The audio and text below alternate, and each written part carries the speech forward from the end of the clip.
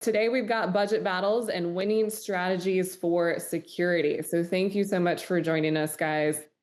We're really excited to have some great information on this webinar. So we'll run through a quick agenda here. I'll do some introductions of who is on this webinar as a panelist. We're going to assess what you need, what works, what doesn't work, getting the budget that you need and how to do that, and then some new technologies that could be helpful in implementing new security strategies on your property. And then we'll end with a Q&A. And with that being said, if you guys have questions come up during any topic, please don't hesitate to throw them into the chat. We'll address them as we can, but there will be time at the very end for us to do a Q&A session to cover some additional questions. So let's go ahead and jump into it. So my name is Jen. I'm Director of Sales with Cloudastructure. Very excited to be here. My background is in the multifamily realm. I worked on the operations side on property for about 7 years, and that's really where my passion for this topic comes from. Security was definitely a huge concern, and we'll kind of dive into some of those reasons as to why. But I transitioned over to the vendor side, and I'm super thrilled to be able to share exciting technology solutions with my previous coworkers. I love the multifamily realm. I'm excited to still be in that world, and so very happy to be here. We also have joining us Ed. He is the retired VP for Security and Global Fraud Investigations at UPS. And so during his tenure, he led the largest joint UPS and law enforcement investigation in the company's history, which involved 17 different police jurisdictions. He went on to win California's Investigation of the Year award in 2019. And previously, he served as a military investigator for the US Army in Germany. So Ed, very excited to have you here. We're excited to pick your brain on some of these things. Thank you so much for joining us. Thanks, Jen. I appreciate the opportunity to talk about this topic. Great to be with everybody. All right. And a little bit about Cloudastructure. So this is a company that I work for. I've been with them for about 3 years. We've been around for quite some time, but what we're doing really is exciting. And so it's the idea where we're taking security infrastructures and presenting more of a proactive approach to security as opposed to reacting to something that has already happened. So the idea that you can deter something in real time from progressing any further is going to save you time, save you money. And so in the past few years, we've held strong with a 98% deterrence rate with utilizing our remote guarding solution. And this is where we install speakers with our cameras so you can have that real-time deterrence of a live agent doing a real live talk down saying, hey, you're in a monitored area, you need to leave immediately. We're going to contact the authorities. It is completely customizable from property to property because we're all very familiar. Every property is so different in their needs and how each situation is handled. But we're really excited to continue evolving in the security infrastructure with our technology in offering AI surveillance and remote guarding solutions. So we'll dive into that a little bit later, but that is a quick rundown of Cloudastructure. So let's go ahead and jump into the nitty-gritty. Assessing what you need. The defining security objective and goals. Ed, I'll go ahead and hand it over to you on this one. Thanks, Jen. So what we're going to talk about applies to a large organization all the way down to a small company. It's all basically the same. And when you start looking at your strategy to put budget together, you really want to look at, does your security goals tie into supporting the organization's overall strategy? And if so, part of the argument of whether or not you're going to be able to be successful in your budget comes down to that. So if you're supportive, the strategy's in line, you've won part of the argument there. So let's talk about defensive and reactive. Defensive and reactive security postures are looking at really what is the current security controls you have, what are the internal risk assessments that you do, what's the typical type of staff training, assets control, alarms, and surveillance systems. Typically, if you're looking at things that already are established and were put in place 5 years prior to what you're currently looking at, then you're in the old school environment, right? Your liability is a little bit higher than what it needs to be. So you really want to look at your strategy as being proactive Are you optimizing new technology? Are you looking at machine learning? Are you looking at emerging threats to tie into your AI? Or do you look at advanced controls, and how does that come into play with your asset management, your incident response drills? And we'll talk more about incident response and the time you spend on that in a few other slides. But overall, you want to make sure that your plan is measurable. You have specific and achievable and relevant goals established, and you have time bounds set in place where you're achieving success over, a 3-month, 6-month, 9-month period when you're implementing new controls.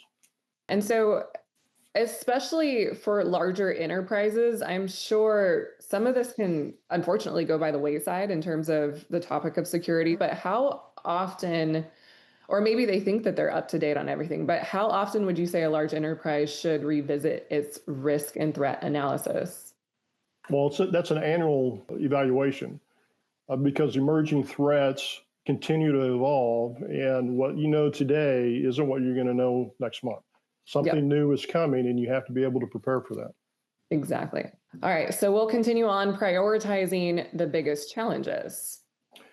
So it's critical that you look at security not solely based on losses. Security involves a whole lot of other areas that impact your organization's brand. And it's very important that you put those into consideration when you're building your business case. So you're looking at safety and liability. You know that the largest expense in liability or potential liability comes to injuries or other types of slip and fall type accidents where litigation is a possibility and court judgments are high in that area. So that needs to go into consideration when you're looking at enhancing your security. Damage, vehicle break-ins, both of those, if you're not doing anything to enhance your security in your parking garages, then your liability continues to go up the more that you have incidents. Both of those areas tie into insurance hikes. The more incidents you have, the more liability concerns that you have, your insurance hikes are going to go up. So that's a cost that you can take into consideration when you're building your business case. On top of that, the biggest areas of concern when you look at your overall organization strategy is resident retention and bad reviews. If you're not addressing the topics that we just talked about, then you're going to be losing customers, right, or residents, and that ultimately impacts your brand because not only is it going to be an area where you have word of mouth concerns, but with social media, it's going to be a negative impact overall for you. So you have to consider all of those in. The graph on the right here shows some of the top security concerns for property managers specifically. And yeah, I can attest to this having been a previous property manager, but you can see the highest one there is resident and guest altercations. Then we go to car break-ins, slip and falls, trespassing, and package theft. But I think the biggest piece is what Ed touched on, is that resident retention. People are not going to want to stay at a place where their car is repeatedly getting broken into, where their packages are repeatedly getting stolen, where they don't feel safe when they're out walking their dog at 11 o'clock at night. Home is one of the most important things, and safety definitely comes into play with that. So protecting your brand is, in the long run, a very important thing to keep in mind in terms of implementing a security procedure that is going to really help your residents continue to feel safe. And in the chat, we've got, a recent resident altercation case in California cost a property management company $20 million. Yes, so it is huge, the cost that can be implemented due to lack of security. Or I have a friend in the industry who just settled a $3 million slip and fall lawsuit. It's very costly. And so it kind of goes to show that implementing a security plan is going to pay off in the long run. It's only a matter of time. All right, so determine budget categories and reviewing existing security. There's several areas that you really have to take a look at when you're evaluating your categories here. Technology cost. What hardware do you have? Is it outdated? What's your software? What's the maintenance fee for that? If you have some of that now, without a doubt, new technology is going to be cheaper. Your maintenance cost is going to be cheaper. The software is cheaper from existing technology that you have that's 5, 6, 7 years old. Your operational cost, monitoring, incident response, physical security measures, you really have to take a look at that and look at the people hours that you're spending in those categories that fall under operational costs, and how does that come into a savings opportunity for you with technology. Your capex versus opex. Well, capex is really what you're striving for. You're looking for that one-time investment in significant security upgrades that will offset the people hours that are costing you a lot of money in outdated technology. OpEx, we talk about that, reoccurring costs. One of the biggest areas for reoccurring cost is guards. That is a tremendous area of cost savings that I've experienced in my career, being able to utilize new technology that replaces guards. And we'll talk more about guards and accuracy of guards in a few minutes. But, ancillary and contingency. Are you looking at providing necessary support for what you have based on your threat analysis and your contingency? Does your technology and your security protocols prepare you to be ready for that event that's going to occur down the road that you're not necessarily planning for? Right? Could be a terrible event of a shooting, or fire or other natural disaster, where you have to have the technology that supports your contingency plans and be able to respond timely, accurately, and be able to provide your leadership accurate information that they can trust. So looking at your inventory, you really want to look at what's outdated, and that goes into evaluating your effectiveness. If you have outdated inventory, your liability increases. So just keep that in mind. Outdated, increase in liability. You really want to look at where your gaps and your redundancies are. I would recommend that you do have a third-party audit team come in and look at that if possible, because the tendency to do an internal audit is you're looking at, people have a tendency to say, well, that's not that bad. Well, it may be that bad. If it's a gap and you are exposed and something happens, you had an opportunity to identify that and fix that in your business case, then your liability increases. Redundancies, a lot of times you're doing the same thing that another department may be doing that you can effectively reduce, that saves costs either for them or for you, but that's a win. Analyze past incidents. One of the most important areas when you're building a business case is looking at past incidents and then the financial impact that those incidents had on the organization. And can you put technology in or enhance your security protocols that will eliminate that from occurring over the next 3 to 5 years? And if so, then that savings should go into your business case. Yeah, a lot of stuff to cover there. And I think this really kind of hits the point home that it's super important to have that annual audit of your security, where we're at, how things are evolving and changing, and making sure that you're up on the things that your property or your business needs to really keep security at the highest priority. So moving on, what works and what doesn't work? So in terms of layering security, Ed. Sure. This is very important that you look at your security, your protocols, your standards in this area of low, medium, and high.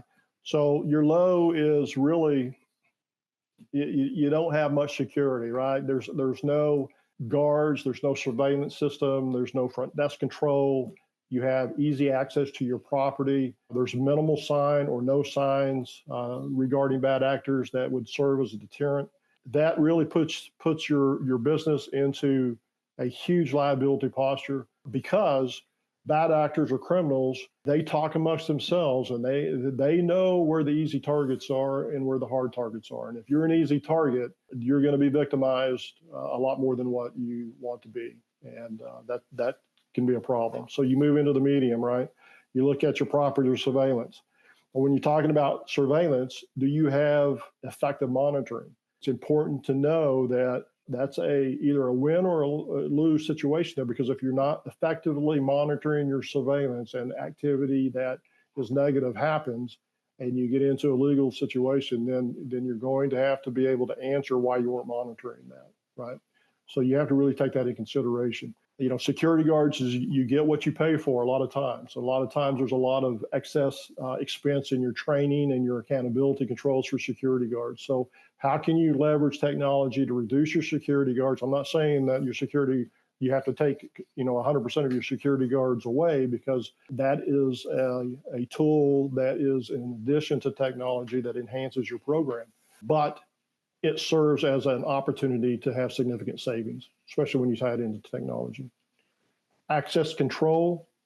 Access control is critical in multi-level family establishments or businesses that have many employees coming and going, because you have to restrict access. And if you have access control, if you have any type of badge in, badge out type of scenario, you have to have controls in place to make sure that those badges are being deactivated timely or activated timely.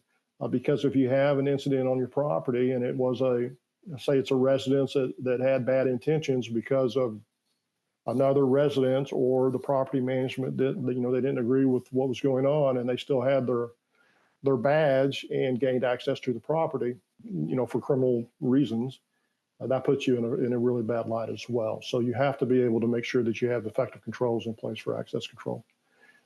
This is where you need to be going, though. We talk about low, we talk about medium.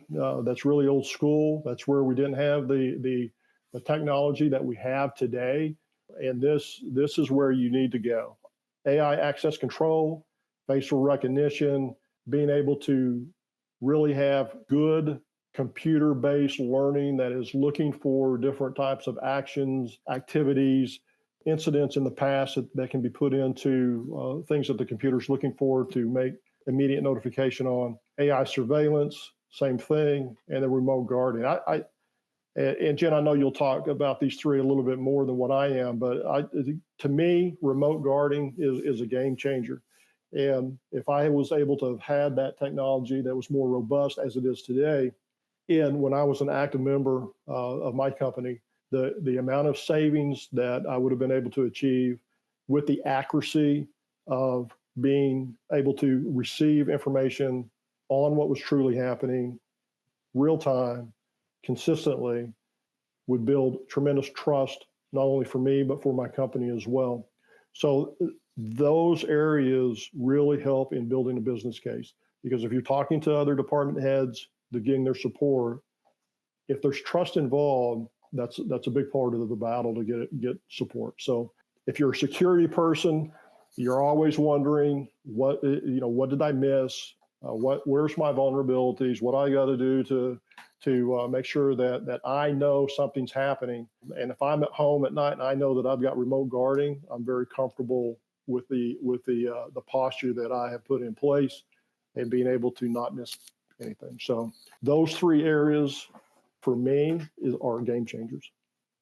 Right. Which that last thing that you touched on is huge. Being able to, especially as a property manager, be able to go home at night and rest assured knowing that you're not going to walk into your leasing office being broken into, or 6 of your resident vehicles got broken into the night before, or, your gate is broken and damaged, whatever it might be. And knowing that your residents are safe and your assets are safe, your employees are safe. That's such a game changer, just having that peace of mind by utilizing these more advanced technology features that can be utilized for security. And so just to speak on a couple of the differences between remote guarding and an on-site guard. So we all know how costly on-site guards are. They are very expensive. And more often than not, you hear it left and right. They're often distracted. They're often not doing what they say that they're doing. And they can only be in one place at one time. Whereas with remote guarding, we're really honing in on utilizing technology in addition to human intelligence. And so bringing those two pieces together really amplifies the amount of security that you have on property, knowing that nothing's going to be missed. And you're going to walk into your leasing office the next morning to an incident report saying, this is what we deterred, as opposed to, this is what I have to deal with. So it's a big game changer. And these are just a couple of the main differences, but I think the biggest difference is it is a fraction of the cost of an on-site guard as well. And so, Ed, I kind of wanted to ask real quick. So how does a company really decide when to move or transition from one level to the next, from medium to high level security? Like, is there a certain year over year percentage increase of losses and costs that you would apply to that? Well, you would, but you would also look at emerging threats. You would look at areas that, as we talked about earlier, security is just not about losses, right? So how can you leverage the technology that's going to have a financial impact on the brand in various areas? So you should be looking at what is the legal side of it, what's HR side of it, what is the technology side of it, how can technology, because all companies have technology departments, right? How can you leverage them and how can you support them and save money? But then you also have your controllers, right? Your financial folks. And how can you tie in enhancing your security as you're going through? That's going to have a bottom line dollar impact for the company. And Right. there's a tremendous amount of different elements that you have to tie into that. So it's just not about losses. All right. So now kind of transitioning into more cost estimates and how to justify those costs. So the first one, obtain quotes. So you always want to get a minimum of three quotes, and in that process, you're going to identify the one that they may not be the cheapest, right? But they're the ones that you're going to become very comfortable with. You're going to understand what their business model is, where they're trying to take their business over the next 3 to 5 years, and how does that tie into your strategy? How does it support your strategy? And would they be a good partner with you as you build your strategy out on your roadmap? That's very important when you get to your quotes. Now, prioritize investments. That's where you come back to your severity levels that you identify on your risk assessments that you do, right? So how do you take all of the gaps that you found or the threats that you've identified? You put those into a severity analysis model, and which ones do you want to attack first? So you have ones, you have a high priority, medium threat, low threat, and that's part of your business case as you present that to those that you're presenting to of how you're going to address each severity level. And then you build your business case. So if you're building a business case for this year, in my opinion, you failed, because your business case has to have a strategy behind it, and it needs to be a 3 to 5 year business case security roadmap, so that you're continuing to improve processes and procedures that will continually enhance your security position to protect your brand.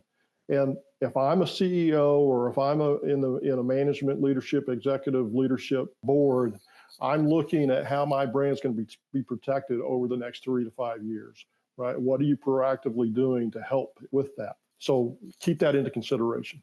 Well, yeah, let's just go ahead and move on to the next one in terms of keeping that proactive aspect of security more economical. This slide, to me, is a critical business case slide. So if I'm looking at enhancing technology and supporting the cost impact that comes with that, if I am able to show that I'm able to detect threats 5 times faster than humans, that's a savings, right? Because now I'm impacting my response time, I'm eliminating human error, and I'm eliminating the cost associated with people hours associated with that. My incident response time is 35%, right? I'm going to cut that. I'm going to improve it by 35%. Again, that's a cost savings. Your people hours attached to that is significant. Not only that, but when you have an incident that you have to respond to, if you're not responding to it quickly, then your exposure is enhanced. And when you fail to respond timely to an incident and the media gets involved in that, think of what that's going to do to your brand. Threat detection improves 30 to 50%. I mean, that's a no-brainer on my business case, right? Rapid searches on data that's available to support my threat detection is available to me in seconds. That's a huge sell. 100% of footage reviewed by a computer, that eliminates the human error, right? So you have a savings there. 98% threat deterrence with remote guarding, that's huge. That is absolutely huge. So if you were to take just those elements that we just talked about right there, and try to gain support from other department heads to help support you when you're in that meeting to get your budget. I think those speak for themselves. And I don't know anybody that is another leader in a department that wouldn't go, I support that because of the cost savings associated with it. So huge. If you look at access control with AI enhancements, you really need to look at that 95% reduction on unauthorized access. The ability to monitor that is a win-win. That really has to come into play because we talked about it earlier that your exposure, if you don't have controls over that, is huge. Different areas to look for, Jen. I'll let you talk a little bit about this, but there's a couple that I'll chime in on. Yeah. So leveraging your existing infrastructure, like obviously that's a no-brainer. If you can find a company that can tie into what you already have in place, what you've already spent money on, that's going to be a huge indicator on making it more economical. And so Cloud-Structure can work with 99% of existing IP cameras. We can even work with analog cameras. It just requires an encoder. But be on the lookout for those companies out there that have proprietary equipment, because that is very costly. And also, if you do cut ties with them down the road, you're still stuck with this equipment that you paid for that you can't use with another company. So being on the lookout for someone that can work with your existing infrastructure. So something that is cloud-based for redundancy and for storage is going to create more of a secure environment for your security in general. So I've had instances in the past where an on-site NVR got stolen, and all of the footage goes with that NVR. If there's a fire or a flood, something happens to that on-site device, you're putting your liability at risk. And so storing your footage in the cloud really creates that secure aspect and also allows multiple people to log into that footage at any given point in time. You can log in from any mobile or web-based interface. You don't have to be present on the site to be able to see that footage. And that's so helpful when it comes to sharing footage with law enforcement, sharing footage with higher ups within your company. And that kind of feeds into unlimited seating, support, and training. So finding a company that has a great customer success team that's really going to be there and provide the support that you need to properly utilize that solution, because it is technology. It does require, you learning how to properly use it to really amplify the actual ROI that you're going to see from having that solution in place. I kind of already touched on the unfettered access to your data. Again, you can have as many users as you need when it's a cloud-based solution, offering incident management at no extra cost. So finding a company that's really going to, again, provide the support to look through the previous footage and put together something for you to send over to the law enforcement, a playlist, or something for you to share with the resident if it was a lease violation, or if you're trying to hold them accountable for property damage. Because I know how busy you guys working on site are as property managers, as regionals. You don't have time to look through footage. And that's another cool thing about utilizing AI with a solution like Cloud-Structure. You can hop into the footage, you can narrow it down based on a specific day, a specific time. You can type in a tag word based on what you're specifically looking for, and it narrows down the footage that you're having to search through, and you can quickly jump from one instance to the next. So it's really streamlining the process of searchability in general. Fully integrated to avoid those plugins. So finding a solution that, again, can work with your existing infrastructure, but also integrates with some of the other solutions that you're needing at your property in terms of security. And then last is the scalability of the solution. Can you have multiple sites utilizing one solution to really cut down the amount of logins and passwords, and having that streamlined standardization from property to property is really going to hone in and make sure that you're staying on top of security from a portfolio aspect. Yeah, so if you don't mind, I'm going to jump in just quickly on a couple of these things. So yeah. The unlimited seating, the unfettered access, everything that you touched on here is critically important. It's scalable, but so unfortunately, I've had to deal with active shooter situations within a workplace, natural disasters. With that being said, being able to have the ability to pull up information from the cloud in a platform where law enforcement can look at it and be able to respond quickly based on what they're seeing is critical. Not only that, but being able to communicate in this platform to your senior leaders what's actually happened or what did happen is very important because I think everyone knows that if I'm the incident commander, I know exactly what happened. I tell Jen what happened. She understands what I'm saying, but when she relays it to the next person, it's not what I said completely, right? So things are starting to get in different areas of concern. And by the time it gets into people that are making significant decisions, it may not be accurate. So having the ability to share this information where they can look at it directly and see it as you're telling them what happened is critically important in those type of situations. All right. So obviously, getting the budget to achieve your security goals is another hurdle to surpass. And so there are a lot of departments within a company. How do you get that stakeholder alignment? You cannot, security cannot be a bubble, right? You can't do business case studies or budget requests in a bubble. You have to get support from other people, other department heads, and you have to get their understanding of what positive impact it's not only going to have for security, but what it's going to have for them, what their security concerns are, and then how is it going to impact the brand and the bottom dollar down the road. So if you look at these four, and there's others depending on who you need to pull in, IT, legal, finance, and HR, as I mentioned earlier, they really have a big say in what support you get. So when you're talking about what we're talking about right now with AI and building that into your security platform, IT is a huge proponent of that technology. And they are the ones from the technology side of it that are going to be able to really understand how that impacts the brand, what that brings to the table from an IT perspective, and they will be able to talk about that in the meeting when you're presenting your business case. Legal, if you go to legal and you're able to show them where you can reduce liability, not just with losses, but safety concerns, which I think everybody understands the most liability is tied into safety, and how that will also impact potential liability legal cases down the road, they're all in. They want to do that, and they will support you.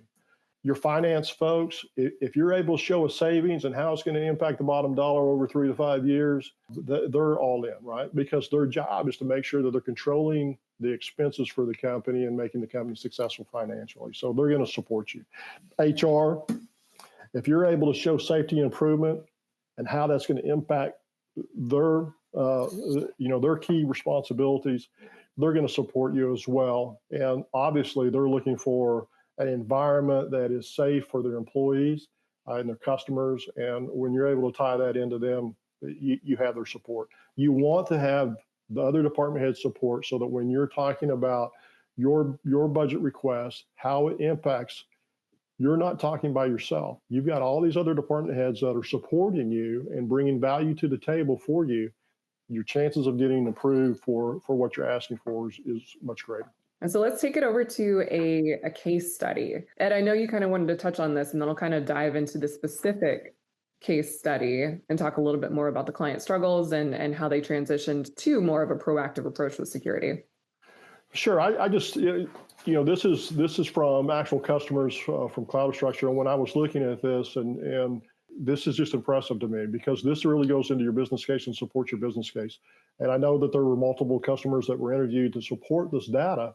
But if you look at your year one, year two savings just on guards, which again, I touch base on that. One of the biggest expenses you have in security is guard expense, and you get what you pay for.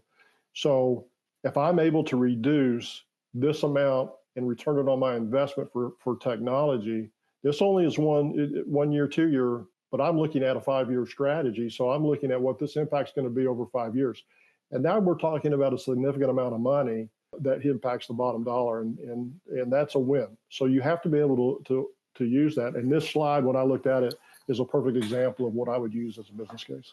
Yeah. And so this is a specific client that transitioned from utilizing on-site guards to utilizing CloudStructure's remote guarding. And with the ability to leverage their existing infrastructure that was already in place, you can see how quickly that ROI just skyrocketed, like Ed said, by year two. And this is purely just based on the cost of an on-site guard versus remote guarding. This doesn't even take into account all of the other aspects that really affect their ROI when now utilizing cloud infrastructure. They're able to search through footage and save a lot of time when they're using that advanced AI searchability of our solution. They're able to hold their residents more accountable for lease violations. And if they see someone not cleaning up after their pet, it is so easy. You just click a button, type in their email, and say, hey, this is the clip of you not cleaning up after your pet. You owe us $50 for that lease violation fee. Or, hey, you owe us $250 for the pet fee that you didn't pay when you moved in because you claimed you didn't have a pet. There are so many instances that can be utilized in terms of bringing AI and technology into your security aspect. But again, this really speaks for itself, being able to see this ROI from transitioning from a physical aspect and more of a reactive approach to security as opposed to transitioning over to that proactive approach of utilizing remote guarding. And so in the chat, you'll see a link over there for a ROI calculator that will actually allow you to kind of plug in your own specific numbers and see what that return on investment you see by implementing a little bit more of a proactive approach to security. So just real quick before we move on, that is part of your business case, your tenant retention.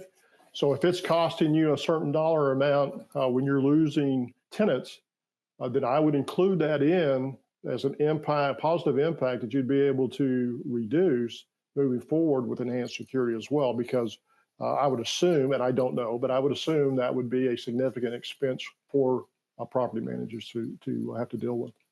That is a great point, Ed. Yes, obviously it depends on how much your apartments are going for, but vacancy costs can add up very quickly if you're losing residents due to them being unhappy, due to lack of security, due to instances or incidents that are continually happening on property. Vacancy cost is almost one of the biggest expenses due to unhappy residents. And so keeping them happy, keeping them feeling safe and secure in their property, very important. So again, check out that ROI calculator, see what you come back with. And I'd be happy to discuss that with anyone on this call if you'd like to connect and discuss that further. So now we have a couple of just really quick videos that kind of show remote guarding in real time. It's helpful to kind of see what it looks like, see what it sounds like, and how people respond to it. But these are real life incidences where we were able to deter unwanted activity.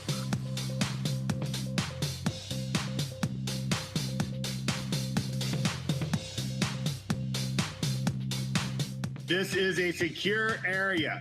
You are being watched and recorded by a live agent. Please leave immediately.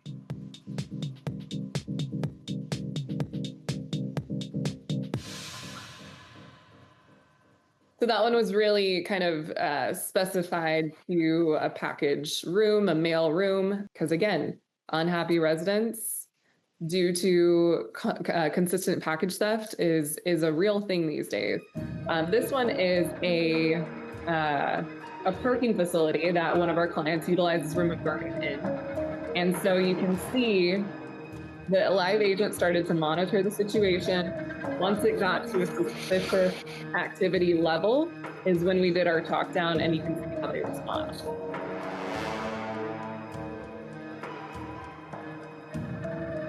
This is a secure area. You are being watched and recorded by a live agent. Please leave immediately.